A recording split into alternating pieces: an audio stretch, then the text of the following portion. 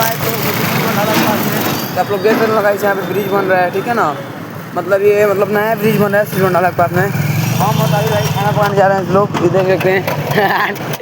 ये तो जान एकदम बकरी तो हंसते रहता है बड़ी ध्यान दीजिए, जो कि आप लोग इतना दूर में देख सकते हैं, मतलब कुछ दूर तक मतलब ब्रिज अच्छा बनने जा रहा है, ठीक है ना। मैं थोड़ा हाथ का विकास तो हुआ है, हाथ धो खाली हो रही। गाइस इसको लाइक करो, सब्सक्राइब करो, बस फॉलो मत करो। बंदा जो है और आगे बढ़े।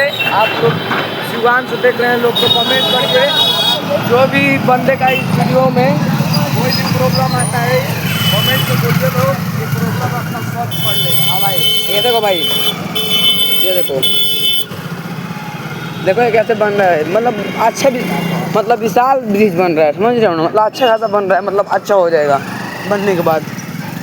मिलता है नया ब्लॉग में, तब तक के लिए बाय बाय।